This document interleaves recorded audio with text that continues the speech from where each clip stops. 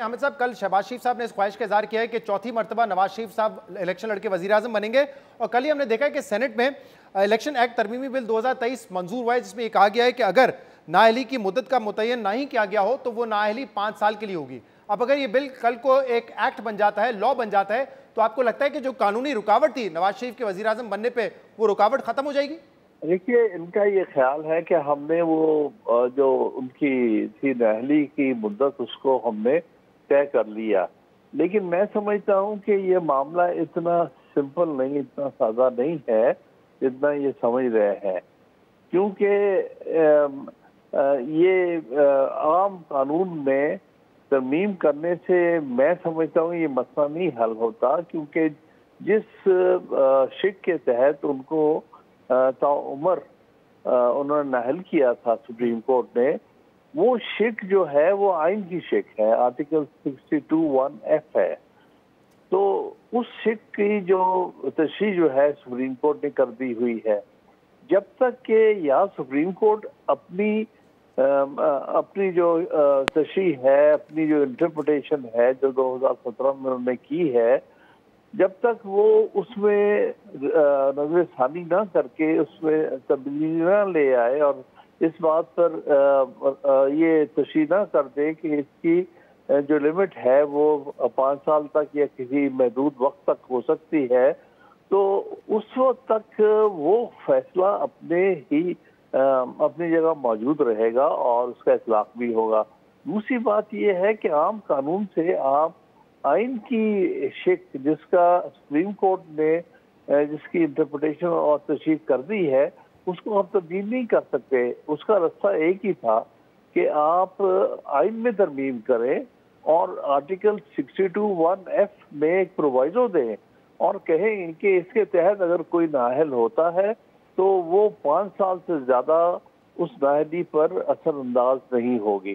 तो फिर तो ये हो सकता था, लेकिन आइन की शिक जो है वो अपनी जगह मौजूद है। आमिर साहब, कल हमने लॉ मिनिस्टर आजम नज़ीर तारक साहब से भी इस पर तफसील से बात की और उनके आर्ग्यूमेंट में ये वजन था कि अगर कोई चोरी करे या कंटेम्प्ट ऑफ कोर्ट का केस हो तब भी जो नाअहली है वो 5 साल की है। और यहाँ 62(1)(f) क्योंकि खामोश था तो सुप्रीम कोर्ट ने उसकी तशरीह कर दी कि खामोश है, इसका मतलब लाइफ टाइम है। लेकिन वो कह रहे हैं कि उनकी तशरीह अपनी जगह, लेकिन एक मरतबा ये कानून बन गया है तो ये कानून बालातर होगा उस तशरीह पर। देखिए, बात ये है, नहीं, तशरीह से बालातर इसलिए नहीं होगा कि तशरीह जो है वो आइन की हुई है, आम कानून की नहीं है, नहीं ऑर्डिनरी लॉ की नहीं हुई।